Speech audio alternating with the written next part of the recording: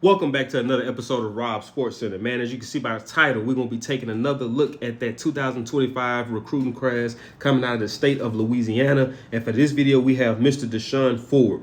Deshaun Ford is a 5'10", 225 running back coming out of Opelousas who's committed to ULM. So, obviously, y'all know by the title of this video, it showed I titled this video ULM. This three-star running back is ULM's future. Now, I do want to put a disclaimer in there before I get into everything else. So I was reading up on him, and it was saying that he chose ULM as a one-stop shop, pretty much. Basically, it's like he chose to go to ULM for a year, put up some phenomenal numbers, because he had offers from other good schools too. Like I'm talking about top programs, which I'm a name, but I was just kind of getting that cleared up at the beginning. But he does plan on going to ULM for just 1 year, and then after that, transferring to another program, kind of similar to what the gentleman who played running back for ULM this past season did. So I can't remember his exact name, but that's the path that he said he was trying to follow. So I wanted to just gonna get that straightened out before we hop into the video. But now we're gonna hop into his 24/7 Sports profile. So 24/7 Sports has him ranked as a 3-star recruit with an 88 player rating.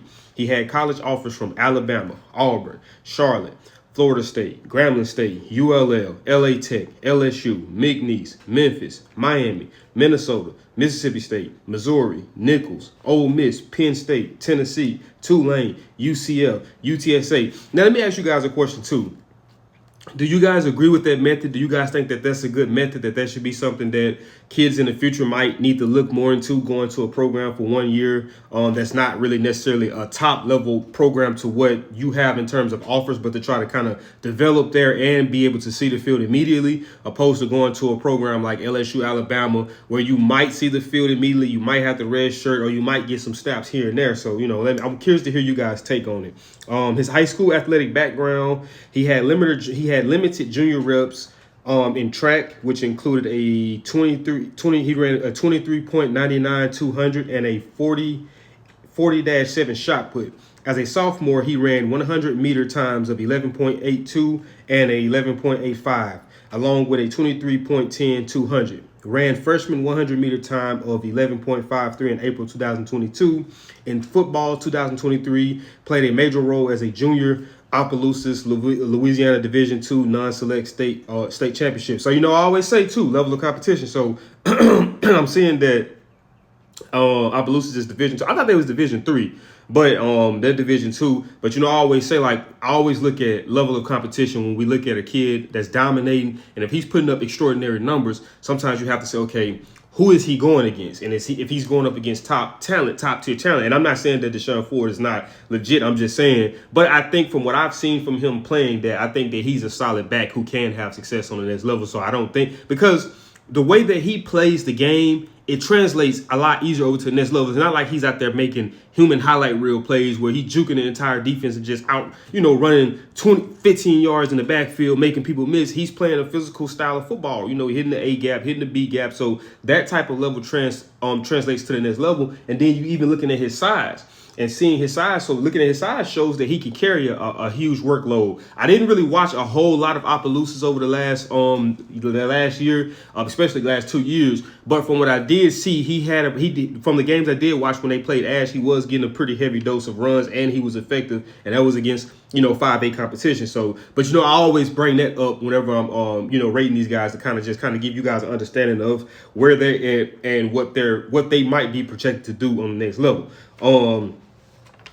To the Division II non-select state championship season, and they had an 11-4 record that year. And the crazy thing about that too is that I think that record that year they actually started off not as good and was able to put it together and eventually to win the state championship. So that goes to show you that it ain't always about how you start; it's about how you finish. In 2022, as a sophomore, he earned Louisiana Sports Writers Association 4A All-State Honorable Mention honors, named first team offense at running back on the Acadiana Advocates All Metro Big School team. So that is my bad. Okay, I read that Division II. I read that wrong. I'm thinking that it was 2A. That's my fault. I take that back. So, I didn't say nothing bad, but I'm just saying, I thought when I seen that Division II, I'm thinking about 2A. So that was my fault on that one.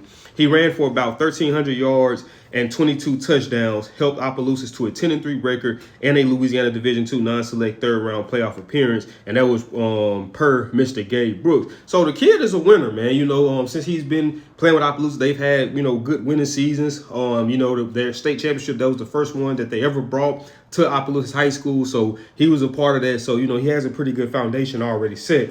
So now we're going to jump into Mr. Andrew Ivins, who's a director of scouting evaluation for 24/7 Sports, and he did a player evaluation. So for his evaluation, he put bumper car of a running back that displays a willingness to work between the tackles and maximize contact. And that's the same thing I was saying with the A gap and the B gap, because that's where a lot of his handoffs come from. Now, I have seen him bounce it out to the outside, but for the most part, majority of his damage he does is interior, which with that big body would be very beneficial on, third and shorts, fourth and shorts, especially in the red area.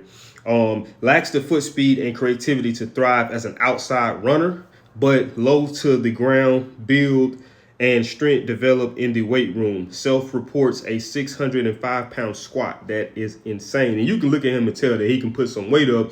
But I think that foot speed obviously can be developed, acceleration, explosiveness, so that can be developed more so. But as of right now, if we're going based off of that, I will kind of agree with him on the same thing. Like I said, most of his damage is on the inside. Now, he can do damage to a certain degree on the outside. You might see it here and there in his highlights, but you got to understand that on the next level, the game is going to be played at a completely different speed, and you're going to have some dogs, especially if you're talking about going to a top-tier program. So that will most definitely be something, you have to work on.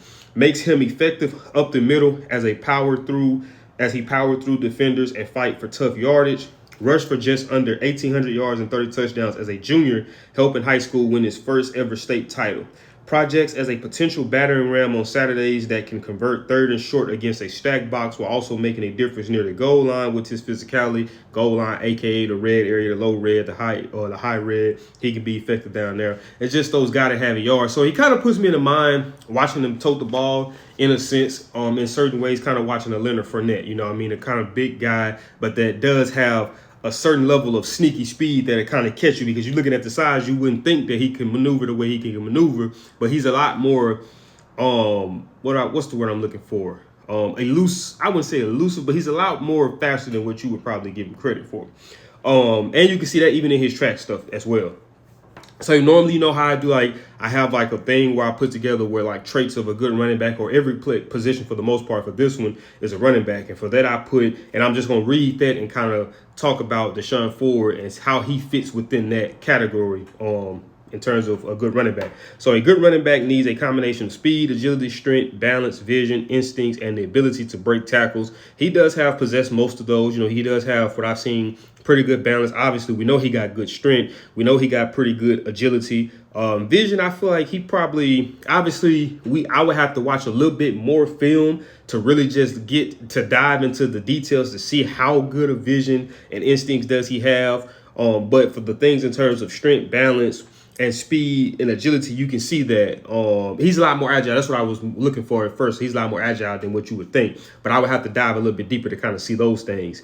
They should be able to quickly identify running lanes, make sharp cuts, run through contact, and secure the ball while evading defenders, all while being versatile enough to catch passes and contribute in pass protection when needed. So that's something else I would like to see. How is he in the pass game? Can he catch passes out the backfield? Can he potentially line up in a slot? Can he hold up in pass protection if they got to keep him in the back to help out his quarterback? We know that the position of running back has evolved so much more than just a runner now. There's so many different factors that you have to be able to do, especially to do it, to be successful or to fit into a lot of today's offensive schemes. It's not the traditional I formation, hand it off, ground and pound football. Is more of an air raid base where you do have some of that in mixtures with teams. But for the most part, as a running back in today's game, you have to be versatile. Key attributes of a good running back: vision, the ability to read the defense and find open space quickly. I would have to watch film a little bit to see that. Elusiveness, skillful footwork to avoid tackles and make defenders miss.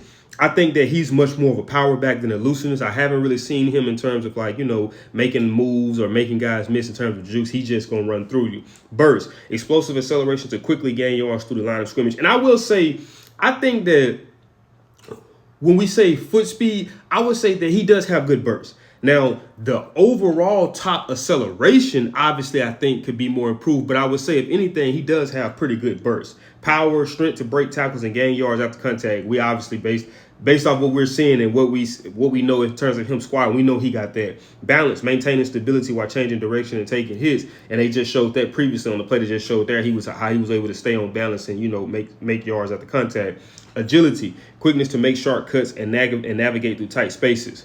Pass catching ability, securely catching passes out of the backfield. That's something I said we have to kind of look at that to see. Ball security. This is a very important one because just like the Coach Belichick and Coach Patricia say, ball security is job security. So you have to be able to secure the football because fumbling the ball at the wrong moment can cost you a game. And that's one of those things that I would have to watch more tape on just to really dissect and see how good he is with that. And durability, ability to stand repeated hits and maintain effectiveness throughout a game and throughout a season. And I think with his building, with his structure and his toughness and physicality, he does have that to be able to withstand that over the course of a full football season. But that's pretty much it for this video, man. If you did enjoy this video, do me a big favor, man. Smash that thumbs up button. Also, like I said, man, let me know in the comments what y'all think about the decision to go to a lesser college considered than, you know, some of the offers he had to maybe, you know, kind of put yourself in a better position or to kind of, you know, get some type of film on the next level and then go to a different college. So let me know what you guys think about that decision because I'm curious to hear you guys' take on that. But like I said, if you did enjoy this video,